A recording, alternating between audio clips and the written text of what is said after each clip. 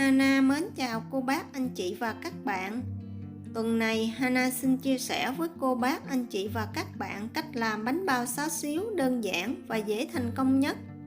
Bánh có vỏ ngoài mềm xốp, ăn kèm với phần nhân xá xíu thơm ngon, kết hợp với nước sốt đậm đà.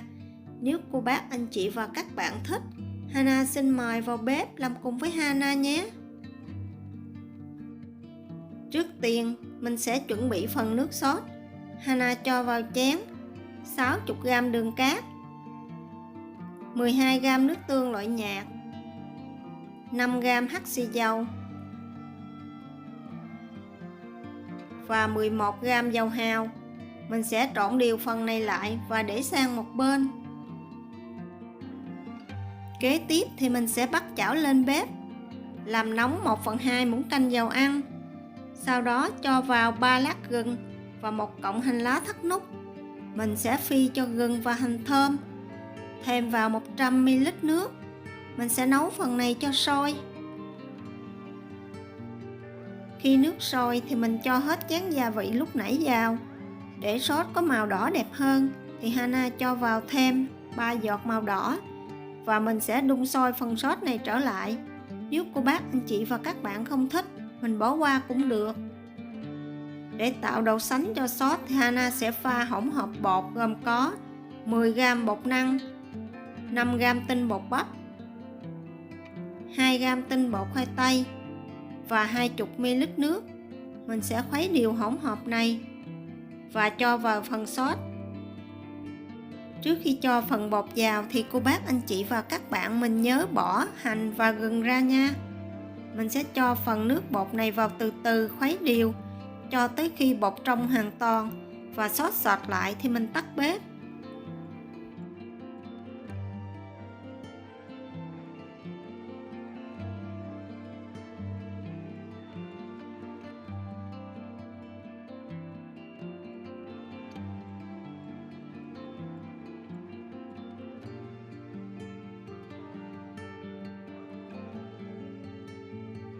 Mình sẽ cho phần sốt này ra ngoài tô hoặc một cái thau. Mình để nguội, sau đó bọc kín lại để qua đêm trong tủ lạnh. Ngày hôm sau thì mình làm. Qua ngày hôm sau thì mình sẽ đi làm bánh. Hana cho vào tô 60g đường bột, 245ml sữa lạnh. Mình sẽ khuấy đều cho đường tan. Nếu không có đường bột, cô bác, anh chị và các bạn mình sử dụng đường cát bình thường cũng được. Nhưng mà đường bột bánh sẽ xốp ngon hơn. Đây là bột bánh bao Hana sử dụng. Bột này có hiệu con gà trống. Bột này người ta đã trộn sẵn nên mình chỉ cần rây lại cho mịn.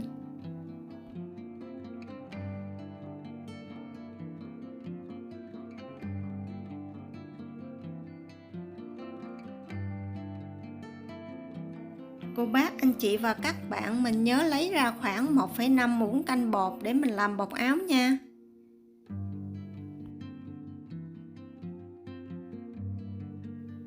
Sau đó mình sẽ cho từ từ phần sữa này vào và mình sẽ trộn đều cho hỗn hợp bột và sữa thật là hòa quyện với nhau.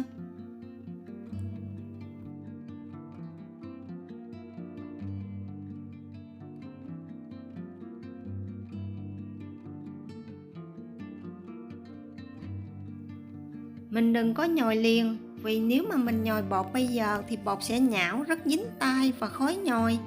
Nên Hana sẽ bọc lại và để bột nghỉ khoảng 10 phút. Sau 10 phút thì mình sẽ cho một ít bột áo lên bàn.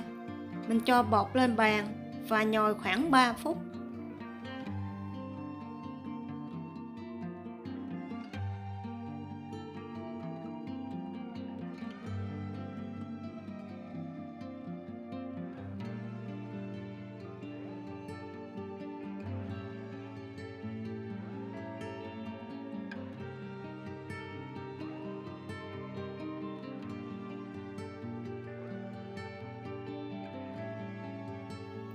Sau 3 phút thì mình sẽ thêm vào bột 10g mỡ trù hoặc là mỡ hoặc là dầu ăn. Cô bác, anh chị và các bạn có loại nào thì mình cho vào loại đó. Mình sẽ tiếp tục nhồi thêm khoảng 10 phút nữa cho bột mịn.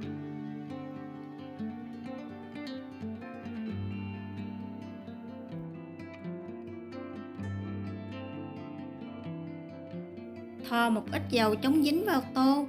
Sau đó mình cho khối bột vào, bọc kín lại và mình để nghỉ khoảng 1 tiếng thì mình bắt đầu làm bánh.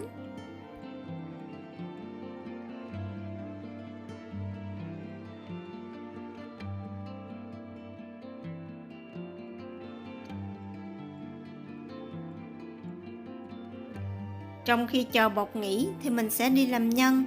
Đây là 250g thịt xá xíu, mình sẽ cắt nhỏ hành hạt lựu. Xá xíu này Hana tự làm, cô bác anh chị và các bạn mình cũng có thể mua ở shop cũng được.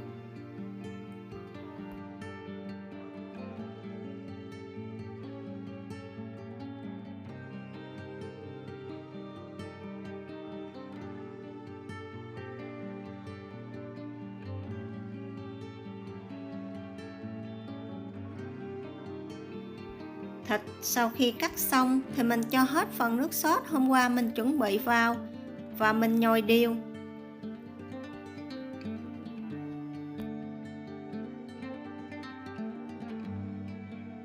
Mình sẽ bọc phần thịt này lại và để trong tủ lạnh cho tới khi mình làm thì mình mới lấy ra. Bột sau khi để nghỉ khoảng 1 tiếng thì mình sẽ cho một ít bột áo ra bàn và cán mỏng bột thành hình chữ nhật.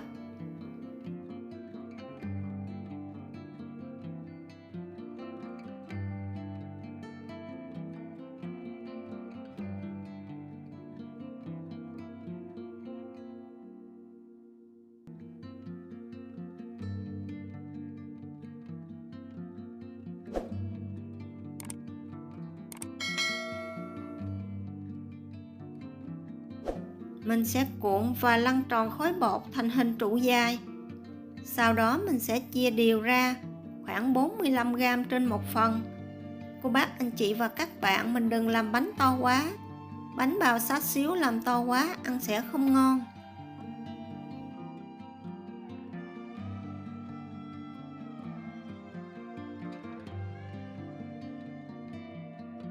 Và đây là cách Hana hay tạo hình bánh bao xá xíu. Nếu cô bác anh chị và các bạn có cách nào tạo hình đẹp hơn và dễ hơn thì nhớ chia sẻ cho Hana biết nhé. Hana cảm ơn cô bác anh chị và các bạn rất nhiều. Bột sau khi cán mỏng thì mình sẽ cán thêm một lần nữa từ ngoài vào để cho phần viền mỏng hơn phần bên trong. Sau đó mình sẽ cho một ít nhân vào và gói lại. Phần nhân này cô bác anh chị và các bạn mình có thể cho nhiều hoặc ít hơn, tùy theo mình thích ăn vỏ mỏng hay là vỏ dày.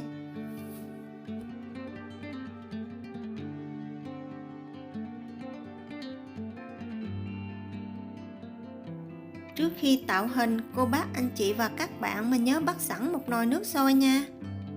Khi mình tạo hình xong thì mình xếp bánh lên sửng và cho bánh lên hấp khoảng 12 phút là bánh chín.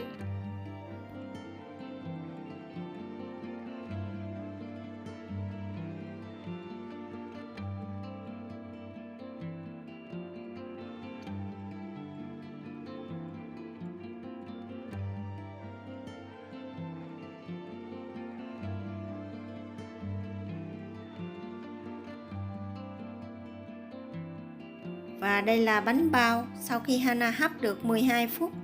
Bánh rất là bong xốp, mùi vị rất là thơm ngon. Phần nhân bên trong thì có màu sắc rất là bắt mắt. Bột con gà trống này rất là dễ làm. Hana hy vọng những gì Hana chia sẻ giúp ích một phần nào trong việc nấu ăn cho cô bác anh chị và các bạn. Nếu cô bác anh chị và các bạn thích những gì Hana chia sẻ, nhớ đăng ký ủng hộ kênh của Hana nhé. Hana cảm ơn.